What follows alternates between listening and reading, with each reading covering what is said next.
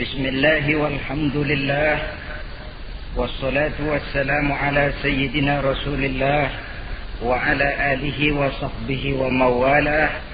La hawla wa la quwwata illa billah, amma ba'd. Saudara-saudara kaum muslimin rahimakumullah.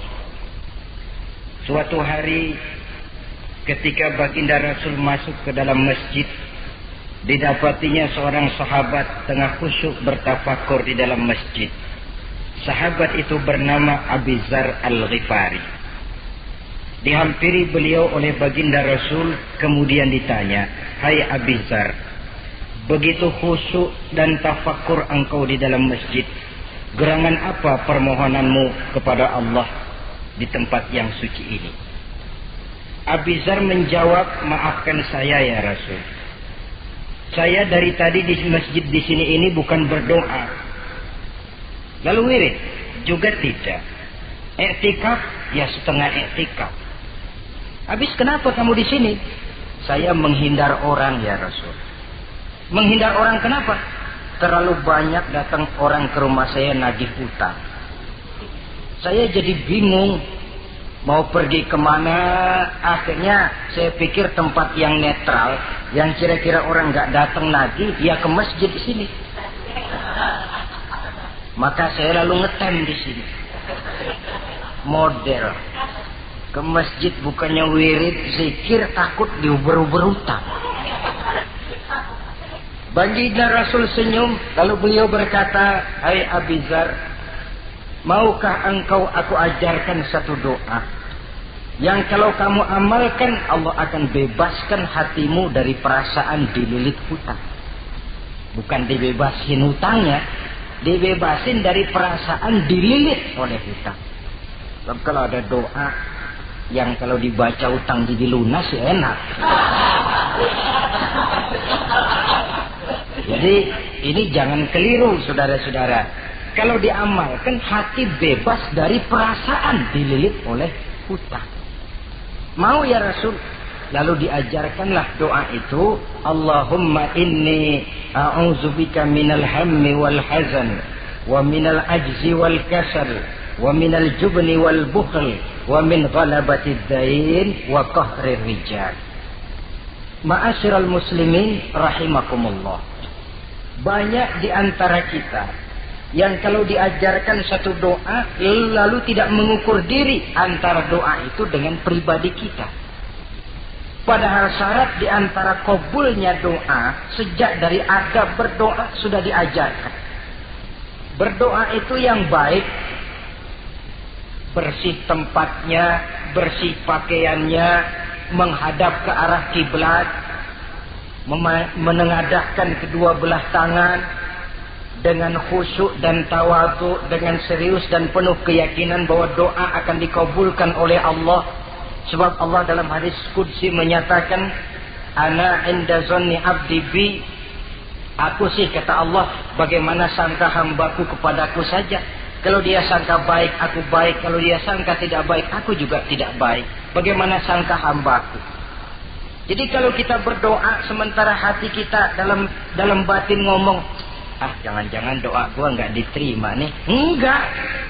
Kenapa? Hatinya sudah begitu. Innallaha la yaqbalu du'aan min qalbin ghafilin lahin.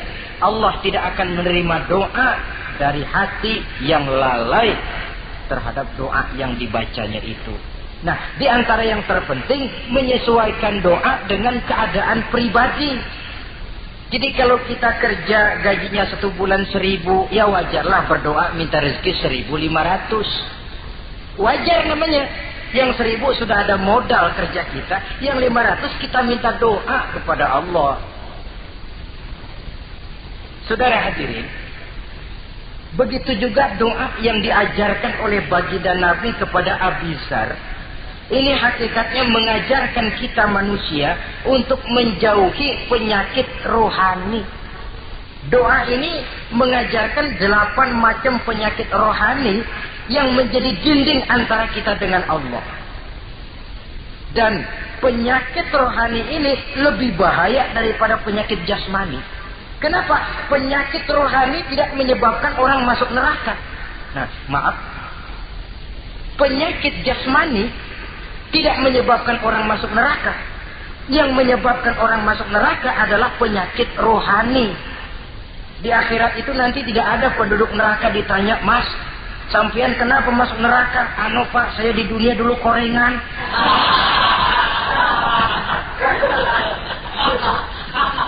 Itu korengan, liver, ginjal, darah tinggi, jantung, paru-paru basah, bengek, ampem. Penyakit-penyakit jasmani itu tidak menyebabkan orang masuk neraka. Yang menyebabkan orang masuk neraka penyakit rohani. Apa namanya? Sombong, hasud, dengki, ujub, ria, merasa diri lebih hebat dari yang lain, tidak ikhlas. Itu penyakit-penyakit rohani. Maka di dalam doa yang diajarkan kepada Abi Dzar dan hakikatnya diajarkan kepada kita semua, Nabi menjelaskan 8 penyakit rohani.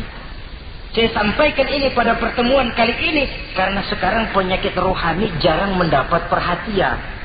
Sedangkan penyakit jasmani, anak kita pilek dikit pun sudah berangkat kita ke dokter spesialis anak. Kita pusing sedikit pun sudah berangkat kita ke dokter. Tapi rohani kita menjerit, batin kita menangis. Kadang-kadang kita pura-pura tidak tahu. Apa penyakit rohani yang ada dalam doa ini? Pertama, a'udzubika minal ham. Aku berlindung kepadamu ya Allah daripada sifat ragu-ragu. Sifat ragu-ragu penyakit batin. Apa yang bisa dikerjakan oleh orang yang selalu ragu-ragu? Bahwa sebelum bekerja harus menimbang, itu perlu. Tapi kalau cuma tiap hari menimbang, kapan memutuskan? Orang sudah kemana-mana, kita masih main timbangan. Maka orang yang ragu-ragu hakikatnya orang yang sudah mengubur sebelah kakinya sebelum berangkat. Ya. Iya, tapi kalau kita nanti jadi salah kan lebih baik nggak usah berbuat. Keliru. Salah karena berbuat lebih baik daripada tidak pernah salah karena tidak pernah berbuat. Saudara salah tapi berbuat masih lebih baik daripada tidak pernah salah karena tidak pernah berbuat. Saudara baca Quran salah lebih baik daripada nggak pernah salah karena nggak pernah baca Quran. Gua nggak pernah salah dong baca Quran. Bacanya kapan? Nggak pernah. Ya paham tuh. Oh nggak pernah baca, kapan mau salah? Saudara hadirin yang saya muliakan, dan orang sering bilang, kegagalan pada hakikatnya adalah keberhasilan yang tertunda. Jadi kalau kita gagal hari ini, besok kita harapkan tidak akan gagal. Gagal besok masih ada hari lusa. Bagaimanapun usaha, kemauan adalah processing. Apalagi usaha untuk memperoleh sesuatu yang bernilai tinggi, bermutu mulia, panjang jalannya, banyak akibatnya, besar godaannya. Processing untuk mencapai sesuatu yang mulia itu prosesnya tidak sekali jadi kayak orang makan cabai. Itu hari dikeletak, itu hari terasa pedesnya. Untuk mencapai sesuatu yang mulia, panjang jalannya, banyak akibatnya, besar godaannya. Tapi bangunan bagaimanapun tingginya harus dimulai dari pondasi pertama. Cita-cita bagaimanapun luhurnya harus dimulai dari langkah pertama yang walaupun kelihatannya sepele, tapi sudah merupakan pondasi ke arah yang lebih tinggi. Kadang-kadang kita ini kan inginnya yang serba cepat, seolah-olah sesuatu yang mulia itu bisa datang lewat proses simsalabim, abracadabra. Lalu yang kita mau terwujud di depan kita, alangkah mudahnya. Dan dari kegagalan-kegagalan akan lahir pengalaman. Dan pengalaman, kata orang Kulon, experience is the best teacher. Pengalaman adalah guru yang paling bijaksana. Kalau adik kita jalan di tempat licin, jatuh, besok dia lewat situ lagi, gak usah dipesen juga dia pasti hati-hati. Kenapa? Pengalaman. Kemarin gue lihat sini jatuh, sekarang harus hati-hati. Tapi kalau belum pernah jatuh, kita omelin kadang-kadang ngotot. Khawatir banget, sebelum juga jatuh, ngomel melulu gitu ya. Tapi satu kali dia jatuh, dia sendiri akan hati-hati. Begitu kegagalan yang kita temukan dalam hidup merupakan nasihat bahwa seorang muslim tidak mungkin jatuh di tempat yang sama 2 kali berturut-turut. Kemarin lewat di situ jatuh lagi, sekarang lewat di situ lagi jatuh lagi, emang goblok dah. Bisa jatuh 2 kali di tempat yang sama kan namanya tidak mengambil pelajaran dari apa yang sudah dia temui. Jadi saudara hadirin, terutama adik-adik remaja, masa depan kalian itu merupakan harapan dari semuanya. Kami yang tua terlalu banyak berharap dari kalian. Sementara hari depan kalian lihat sendirilah. Persaingan hidup makin tajam. Tensi ekonomi makin tinggi. Jumlah angkatan tenaga kerja yang masuk tidak jauh dari seimbang dengan lapangan kerja yang bisa disiapkan. Kalau kita dihambat oleh penyakit ragu-ragu, orang lain sudah berbuat dan kita masih menonton, boleh sangat jadi nantinya kita akan terpojok di sudut-sudut kehidupan untuk lebih banyak jadi penonton daripada jadi pemain. Lebih sering menjadi objek daripada menjadi subjek. Istilah Arabnya lebih sering menjadi maf'ul daripada menjadi fa'il. Namanya juga orang nonton, soknya kan kayak lebih pintar dari yang main. Wajar orang nonton bola ngomel melulu. Itu Maradona tolol. Maradona ditololin. Ajat sederajat goblok, ajat digoblokin. Kalau sudah dia disuruh main ke lapangan, gempor dia nggak bisa nembak. Namanya penonton, dan wajar saja penonton juga kalau nggak surat nggak rame tuh lapangan. Saudara hadirin yang saya muliakan, maka keraguan-raguan akan jadi penyakit yang menghalangi orang pada saat dia harusnya sudah berbuat. Dia malah berpangku tangan. Akhirnya dia akan jadi orang yang ketinggalan kereta. Sementara hidup tidak berjalan mundur ke belakang dan tidak juga berhenti. Tidak ada kata berhenti atau kata mundur dalam hidup. Berhenti kita diinjak orang. Mundur kita hancur. Hidup ini seperti cerita tentaranya Tariq bin Ziyad ketika menyeberang ke daratan Spanyol di Selat Jabal Tariq. Sejarah menyebutnya Gibraltar ya. Itu bahasa Spanyol, lidah Spanyol dengan lidah Arab. Kita Jabal Tariq, dia Gibraltar. Kita Ibnu Rusdi, dia Averroes. Saudara-saudara, ketika pasukan sudah menyeberang ke daratan, seluruh kapal-kapal ini dibakar oleh Tariq bin Ziyad. Beliau sadar menghadapi tentara yang jumlahnya lebih banyak dari tentaranya sendiri. Maka seluruh kapal dibakar. Lalu beliau pidato di depan tentaranya. Ayuhan nas, Ainal mafar, al-bahru min waraikum, wal adu amamakum. Saudara-saudara, sekarang mau lari kemana? Kita tidak punya pilihan lain. Di belakang laut, di depan musuh. Mau pulang, kapal sudah saya bakar semua. Ini termasuk menghilangkan keraguan bala tentaranya. Mundur, kecebur, mati. Maju menghadapi musuh yang jumlahnya jauh lebih banyak, resikonya juga mati. Namun mati maju, mati syahid. Mati mundur, kecebur, mati konyol. Pilih. Ya tentu tidak ada pilihan lain. Menghilangkan keraguan di kalangan tentaranya. Juga menghadapi kehidupan ini. Menimbang adalah perlu, tapi berbuat lebih perlu lagi. Jangan takut salah, karena salah berbuat lebih baik daripada tidak pernah salah, karena tidak pernah berbuat. Kesalahan pada akhirnya akan mendidik kita untuk tidak salah lagi pada masa-masa yang akan datang. Ini penyakit pertama. Penyakit yang kedua, al-hazan. Penyakit duka cita. Manusia itu egonya terlalu besar. Kalau dia kehilangan sesuatu yang dia tidak senangi, atau menemukan sesuatu yang tidak dia harapkan, dia bersedih. Kesedihan itu timbul sebenarnya karena egonya. Bapaknya meninggal, dia sedih. Sebenarnya kesedihannya bukan karena matinya bapaknya, tapi kesedihannya karena dia tidak punya orang tua lagi. Dianya itu yang dia tangisi, akunya.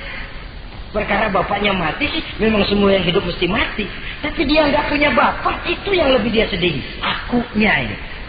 Egonya manusia itu. Seorang perempuan yang ditinggal mati oleh suaminya, dia menangis. Bukan karena suaminya yang mati, tapi karena dirinya tidak bersuami. Dirinya yang lebih banyak dia tangisi.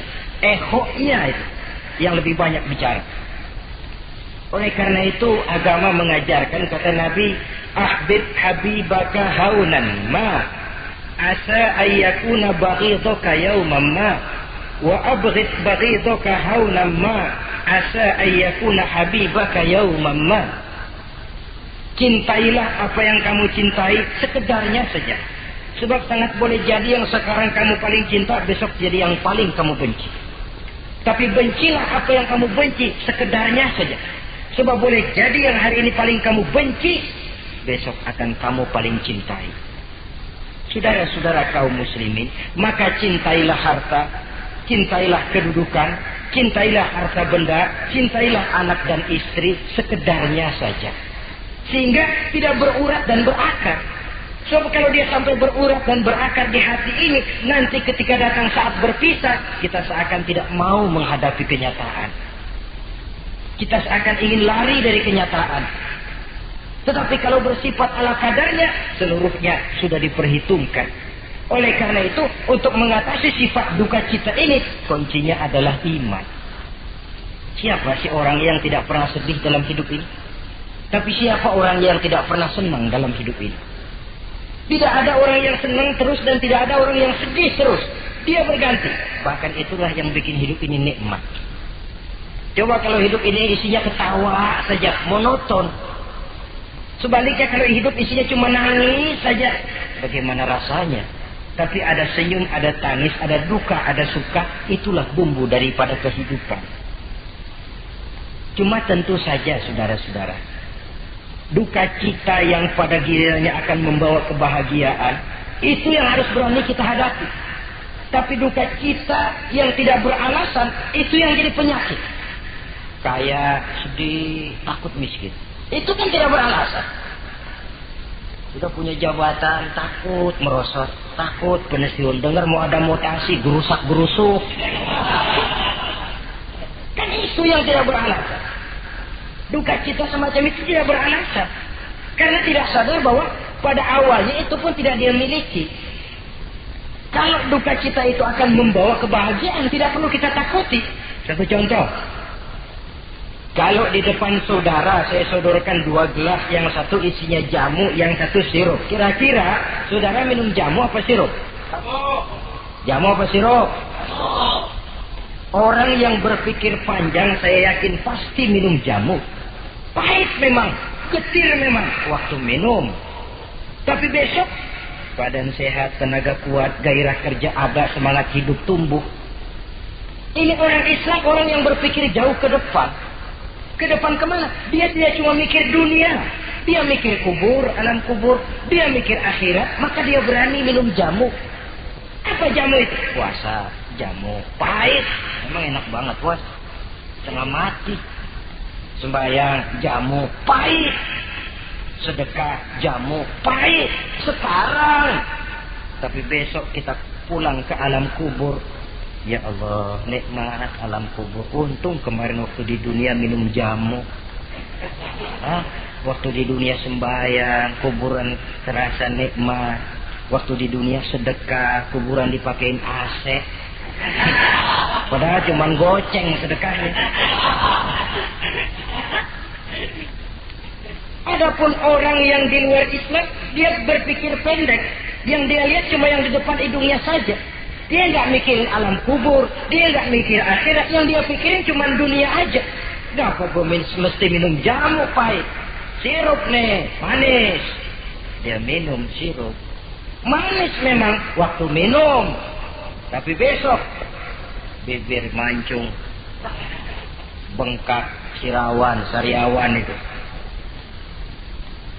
Saudara-saudara, sholat, sirup, tidak sholat, sirup, manis. Orang-orang puasa, dia tidak puasa, sirup, manis. Bakhil, pelit, sirup, manis. Apain sedekah? Ya tumpuk aja tuh harta dah, jangan disedekahin. Sirup, manis memang. Besok dia pulang ke alam kubur, baru terasa bibirnya pada bengkak. Baru timbul, gua nyesel banget minum sirup kemarin. Jadi saya katakan kuncinya adalah iman. Berangkat dari surah Ali Imran ayat 139. Allah berpesan, وَلَا تَهِنُوا وَلَا تَحْزَنُوا وَأَنْتُمُ الْأَعْلَوْنَ إِنْ كُنْتُمْ مُؤْمِنِينَ. Kamu tidak perlu gundah gulana.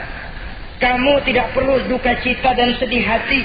Kamu sesungguhnya adalah tinggi jikalau kamu benar-benar beriman. Jadi dengan iman, duka cita yang tidak beralasan tidak perlu ada.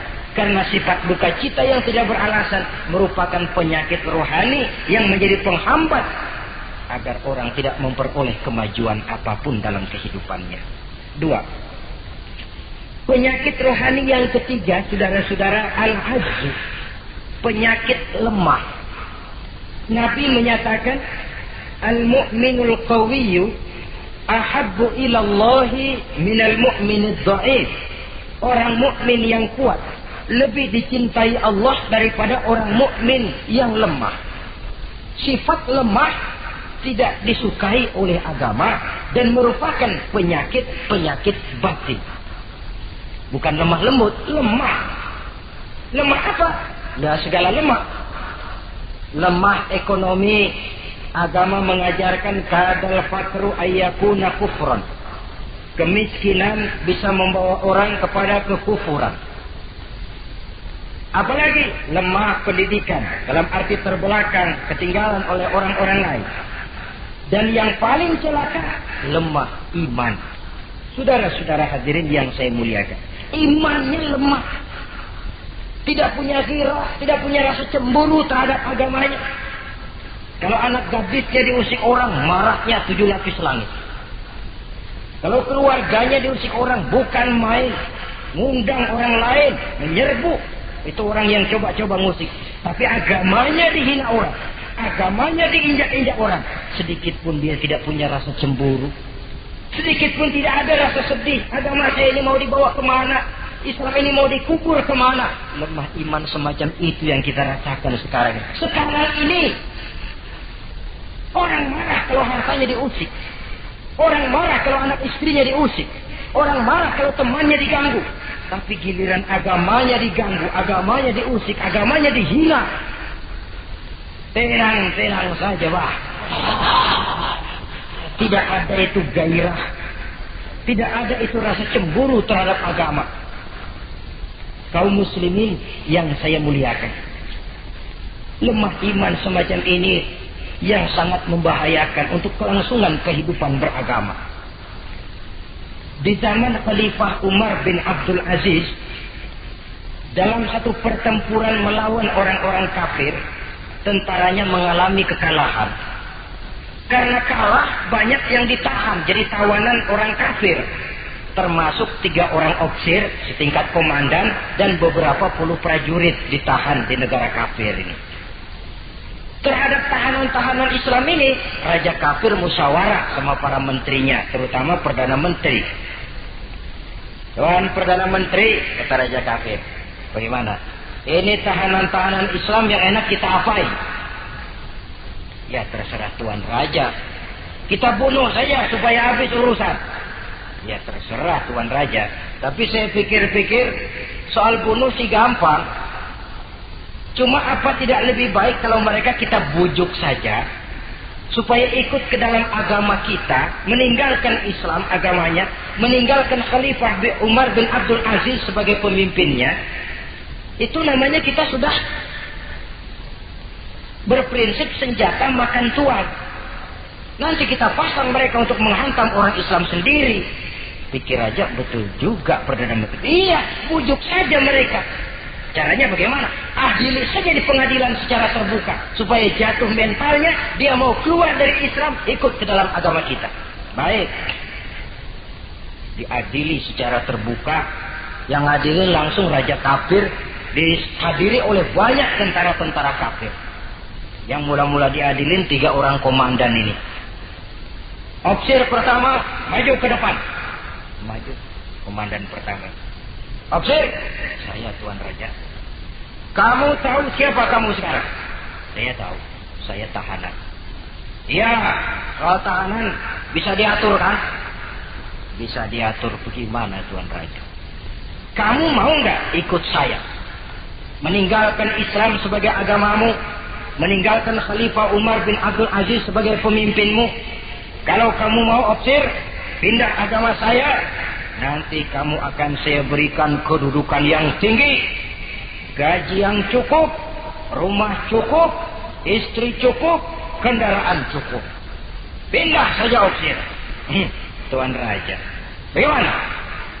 Apa Tuan kira selama ini saya berjuang karena mencari kedudukan, mencari harta, mencari tanda jasa? Tidak, Tuan Raja. Saya berjuang di bawah bendera Khalifah Umar bin Abdul Aziz li'i'la'i kalimatillah, untuk menegakkan kalimat Allah. Saya tidak akan tergiur dengan tawaran Tuan Raja. Kamu gila ya? Biarin.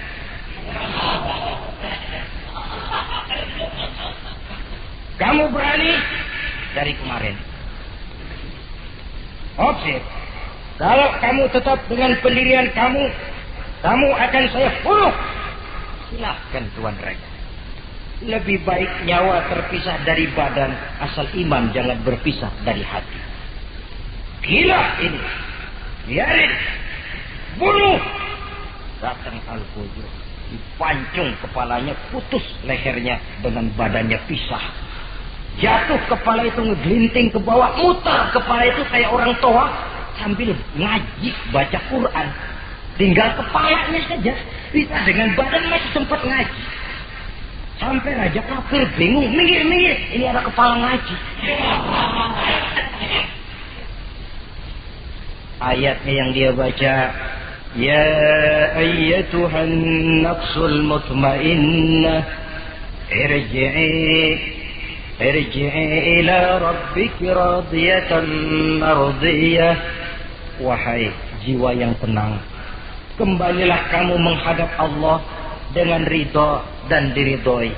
Engkau gugur sebagai syahid, tidak tergiur oleh bujukan harta, tahta dan kedudukan. Niatmu ikhlas karena Allah, kembalilah menghadap Allah dengan ridha dan diridhoi. Wadkhuli fi ibadi wadkhuli jannati, masuklah ke dalam golongan hamba-hambaku, masuklah ke dalam surgaku. Di penghujung ayat, matanya tertutup dengan rapat, bibirnya senyum menghadap Allah, gugur sebagai syahid. Raja kafir geleng kepala, dasar santri gila, sudah mau mati masih ngaji. Opsir yang kedua, komandan kedua yang jadi tahanan ini, kata Raja, opsir kedua, saya Tuan Raja, kamu sudah lihat temanmu opsir pertama tadi? Sudah Tuan Raja. Mati kan? Mati. Kamu mau mati? Atau mau ikut saya? Keluar dari agamamu Islam dengan pangkat cukup, gaji cukup, rumah cukup. Bagaimana? Sudah Tuan Raja. Sudah apa? Sudah, jangan banyak omong.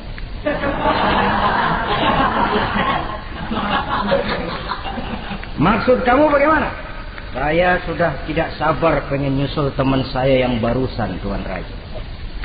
Saya tidak sanggup bayangkan bagaimana dia disambut oleh para bidadari di surga, disambut oleh para malaikat dengan ramah tamah, menikmati kehidupan di alam yang penuh dengan keriduan. Oh Tuan Raja, sudah jangan banyak omong. Kalau mau potong saya.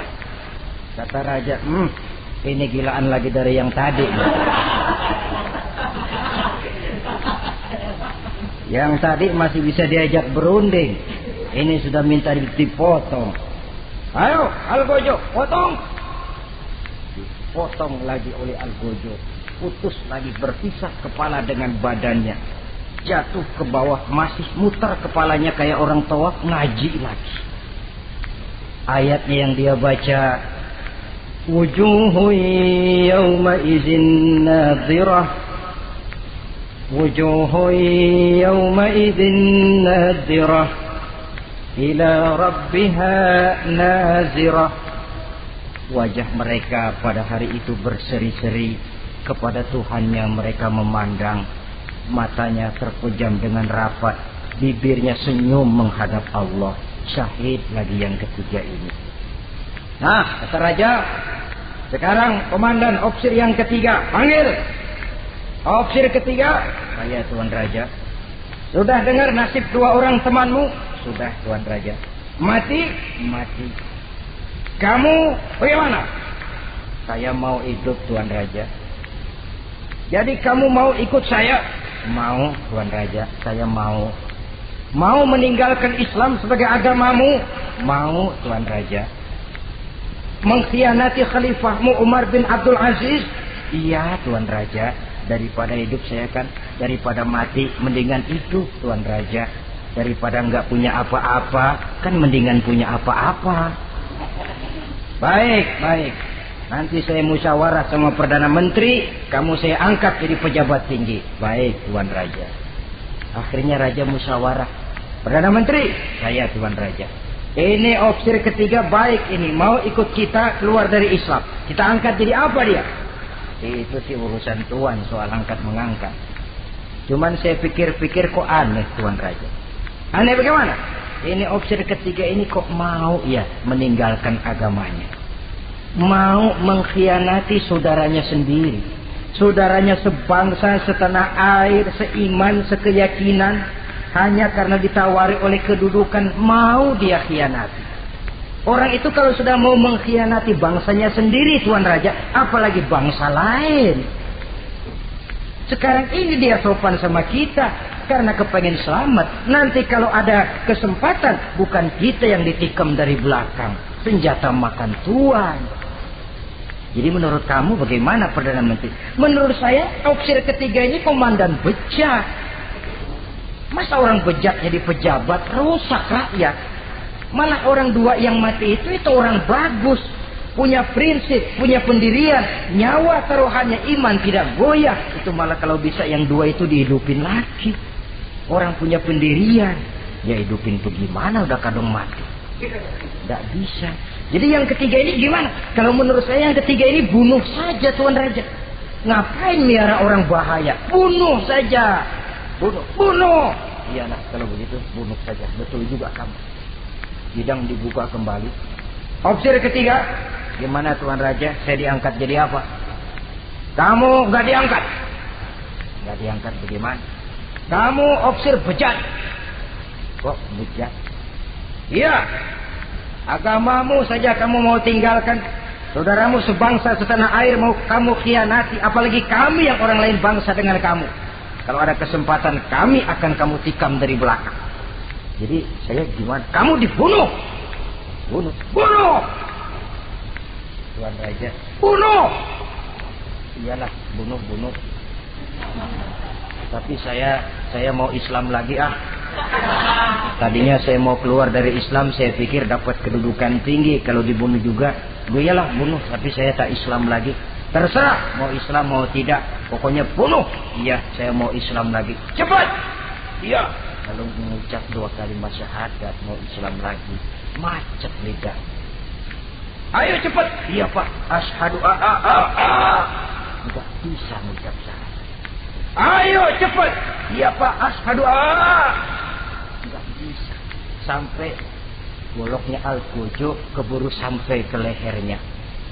Putus leher itu, pisah kepala dengan badan, jatuh kepalanya ke bawah. Dia bekas orang Islam, masih bisa ngaji juga, cuman ayat yang dibacanya lain sama yang dibaca dua temannya tadi.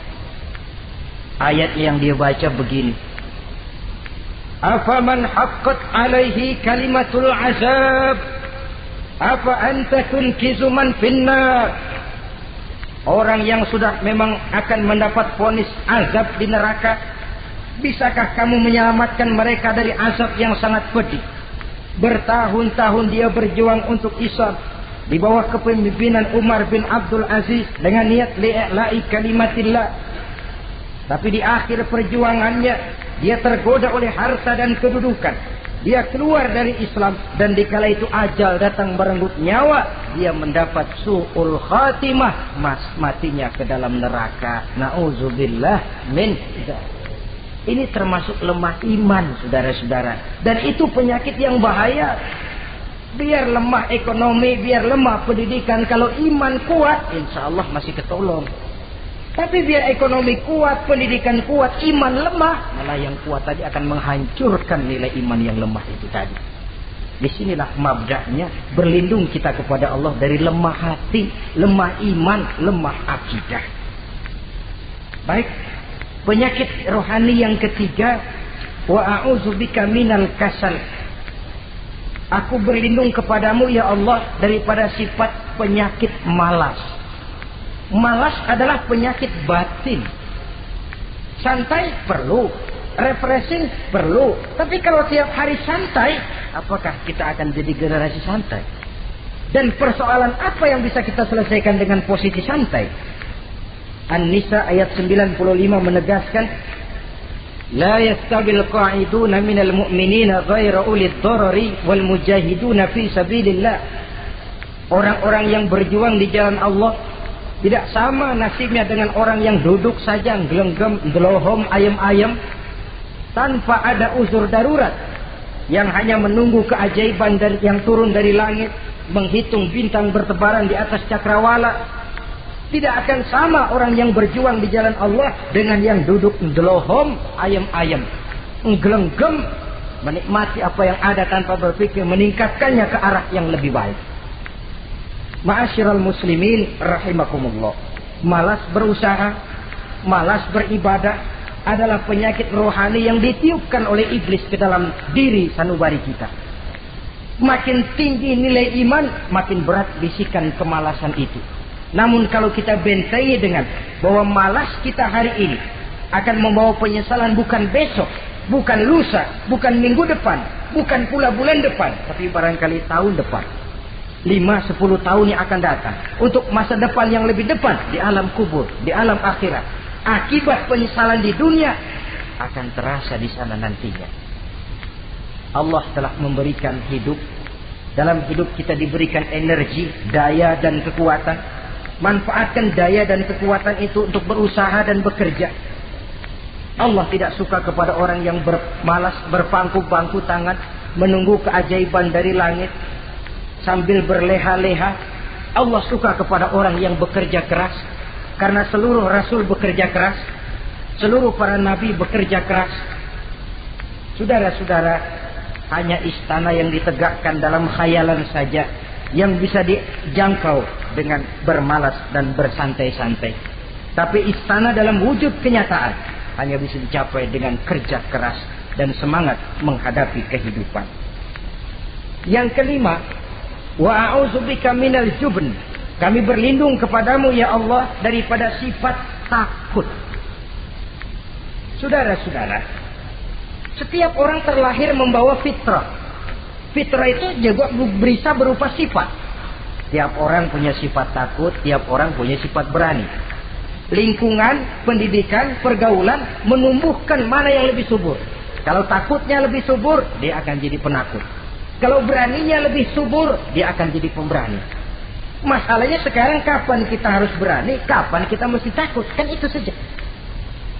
Bahwa semua orang punya sifat berani, sebagaimana semua orang punya sifat takut, itu real.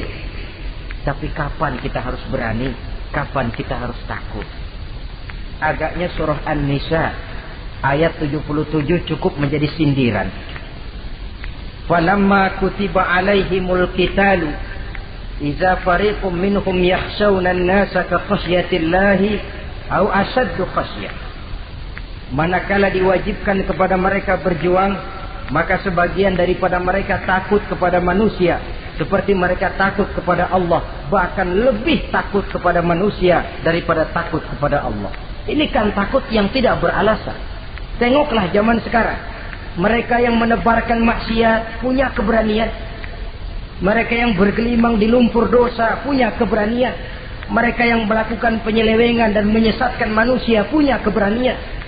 Kenapa kita yang punya niat menegakkan kebenaran, membela yang hak, menjalankan sesuatu yang kita yakini sebagai benar, kadang-kadang dihantui oleh perasaan takut? Takut semacam ini yang jadi penyakit rohani. Mereka berani terang-terangan membuka judi. Mereka berani terang-terangan di tengah jalan umum membuka botol minum-minuman keras dan mabuk sempoyongan. Mereka berani terang-terangan di tempat ramai merampok dan menodok. Mereka berani korupsi, memakan uang yang bukan haknya. Mereka berani untuk sesuatu yang sesat dan menyesatkan. Kenapa kita tiba-tiba di hadapan sesuatu yang kita yakini benarnya kita jadi lemah, kita jadi takut, lebih takut kepada manusia daripada kepada Allah? Padahal terkena kita penjara manusia paling banter seumur hidup kita. Tapi penjara Allah, nerakanya Allah, azabnya Allah, bukankah sesuatu yang mestinya harus paling kita takuti? Oleh sebab itu terutama generasi muda, bangkitlah. Tegakkan yang ma'ruf, hancurkan yang munkar sesuai dengan kemampuanmu. Dengan cara yang bijaksana tentunya. Tidak dengan cara yang frontal. Tapi yang saya maksud, kalau mereka yang berdiri di kubu kemunkaran punya keberanian. Kenapa? Kenapa kita yang berdiri di atas yang hak dan benar kadang ragu kalau kita tidak takut sama sekali? Saudara-saudara kaum muslimin rahimakumullah. Oleh karenanya kita takut, memang takut kalau harus melanggar perintah Allah. Kita harus berani pada saat kita merasa melaksanakan apa yang diperintahkan Allah. Berani terhadap melaksanakan perintahnya, takut kalau sampai melaksanakan larangannya. Jadi ada waktunya kita berani, ada waktunya kita takut.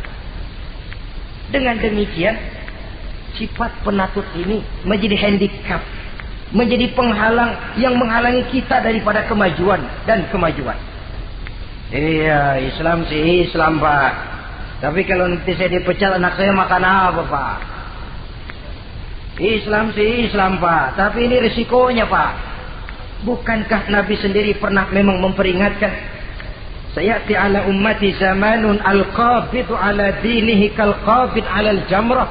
Akan datang satu masa di tengah umatku di mana pada masa itu orang yang konsekuen dan teguh memegang agama seperti memegang bara di tangan. Dipegang tangan terbakar, dibuang bara terlepas. Konsekuen megang Islam, risikonya berat. Melepaskan dan masa bodoh terhadap Islam bertentangan dengan batin. Dikala itu, beruntunglah orang-orang yang teguh dan kuat memegang agamanya. Ma'asyiral muslimin rahimakumullah. Hanya sifat berani yang menyebabkan Islam berhasil menembus dinding Jazirah Arabia, memasuki Bizantium dan Persia, mendarat di Spanyol, memasuki Selat Jabal Tariq, pada gilirannya mewarnai hampir 2/3 belahan bumi, menjadi mercusuar di lapangan ilmu dan peradaban. Berani karena benar. Jadi yang saya anjurkan itu bukan berani babi. Tahu berani babi? Mau nyeruduk aja. Berani yang tanpa perhitungan itu berani babi namanya. Nyeruduk aja. Ya kalau kelempengan yang diseruduk tahu empuk. Tapi kalau yang diseruduk mesin giling kan bongkar kepala. Jadi bukan berani yang tanpa perhitungan, berani yang dengan taktik dan strategi. Sebab keberanian tanpa perhitungan akan menyebabkan kita menjadi orang yang ngawur. Dalam istilah sosial dinamakan trial and error, spekulasi namanya. Dan itu harus pulang kepada diri kita. Keberanian tidak bisa dipompakan. Keberanian tidak bisa dicangkokkan. Harus bermuara dari kita. Contoh saja, ketika Nabi dan Abu Bakar di Gua Sur, Quraisy kafir yang ngejar sampai di situ. Kalau mereka nengok ke bawah, Nabi akan kelihatan. Abu Bakar sedikit grogi. Nabi tampil dengan mantap. La takhaf wa la tahzan ya Abu Bakar. Innallaha ma'ana. Abu Bakar, kamu tidak usah takut. Kamu tidak usah khawatir. Allah bersama kita. Keberanian timbul. Karena yakin ini jalan Allah, yakin Allah pasti akan bela. Ya, keberanian itu nggak bisa dicangkokin, nggak bisa cuma teriak, saudara-saudara jangan takut, Allah bersama kita, mulutnya. Tapi kalau hatinya juga perang, apa iya, itu sudah tertarung di kaki sendiri. Jadi memang harus ada variasinya. Ibarat pepatah, tukang joget yang baik ngerti irama gendang. Kalau kita terlalu keras, gampang dipatahin orang. Kalau kita terlalu lemah, diinjak terus. Mestinya tahu kapan mesti keras, tahu kapan mesti lemah lembut. Saudara hadirin yang saya muliakan. Baiklah ya, itu penyakit yang kelima.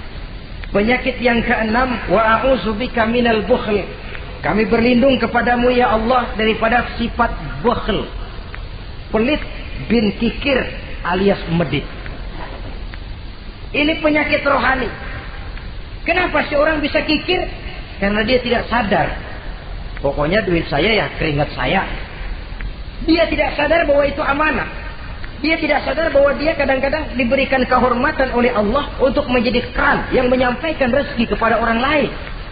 Rezeki dia cuma lewat tangan saya. Orang bakti yang gak punya pikiran begitu. Yang ada yang di kantong saya, keringat saya, sama orang lain kagak ada urusan.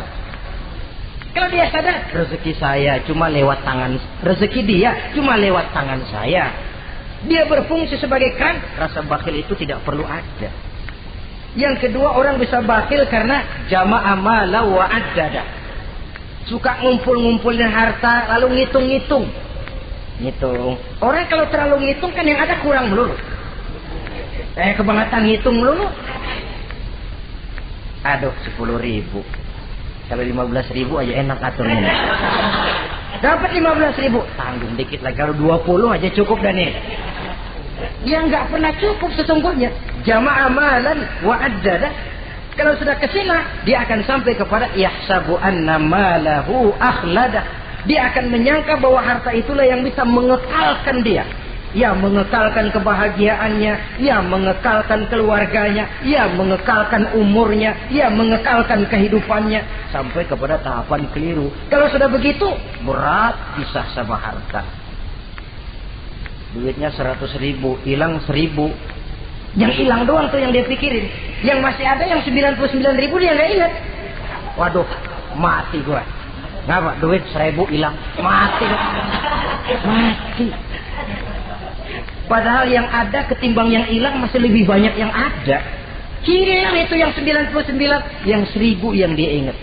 Hilang 1.000, mati gua dah. Mati gitu. Kalau datang orang gantiin, lo jangan sedih dah nih digantiin 1.000, bikin kenceng nangis nih. Kenapa nangis? Kenapa bikin nangis? Coba yang tadi nggak hilang jadi 2.000 kan. Ingat yang tadi hilang. Kapan syukurnya kalau sudah jama'a malan wa addada, prosesnya akan sampai kepada yahsabu anna malahu akhlada. Memang harta itu bisa mengekalkan kita. Kapan? Kalau dia kita belanjakan di jalan Allah. Itu harta yang mengekalkan kebahagiaan. Kita berikan dia kepada yatim piatu. Kita berikan dia memperbaiki jalanan umum. Kita berikan dia membangun puskesmas. Kita berikan dia membangun masjid, pondok-pondok pesantren, memakmurkan majelis-majelis taklim. Itu harta yang mengekalkan kita. Adapun yang kita belikan, ya belikan pakaian pangkatnya toko. Bagus benar. Sekarang 4-5 tahun yang akan datang lari ke dapur. Bukan dibersihin, ngebersihin. Makanan yang paling enaknya waktu di tenggorokan. Sudah masuk ke dalam perut, sudah gak ada bedanya singkong dan sate. Malah besok pagi keluar bauan sate daripada singkong. Bedanya makanan cuma di kerongkongan saja. Saudara hadirin yang saya muliakan, jadi kalau sadarlah kita bahwa karunia yang datang itu memang amanah Allah, kenapa harus bakhil? Bahwa rezeki orang harus lewat tangan kita, kenapa harus mengelak?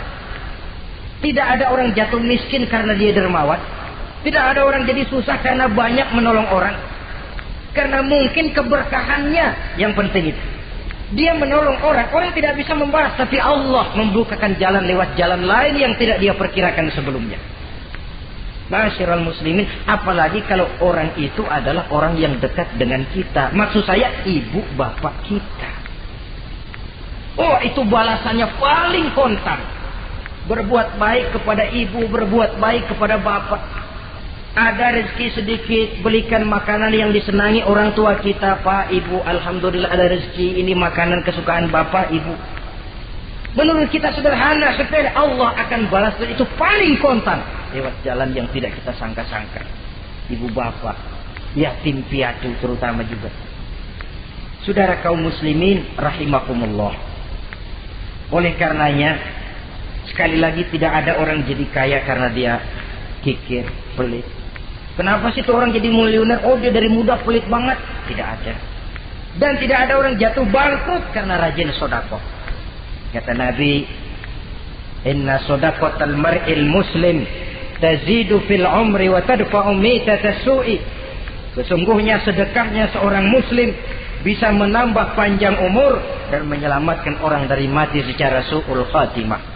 Panjang umur bisa artinya jumlahnya tambah, bisa berarti walaupun orangnya sudah mati, namanya tetap hidup dikenang orang kebaikannya. Itu pun panjang umur namanya. Namanya tidak hancur, walaupun jasadnya hancur masuk ke dalam tanah dimakan oleh cacing tanah. Namanya akan hidup terus, bahkan ditulis dengan tinta emas dalam sejarah. Bakhil, pelit adalah penyakit batin. Dokternya agama dan kemauan diri merubahnya dengan sadar bahwa karunia adalah amanah. Ini penyakit bakhil nggak bisa ke rumah sakit, ke rumah dokter medis. Dokter, saya punya penyakit pelit, bagaimana ngobatinya? Suntik. Tidak bisa. Suntiknya adalah agama, saudara-saudara. Yang ketujuh, wa min ghalabatid dain, inti doa. Saya berlindung kepadamu ya Allah, jangan sampai ada perasaan dililit utang. Bahwa kita hidup tutup lubang, gali lubang itu biasa.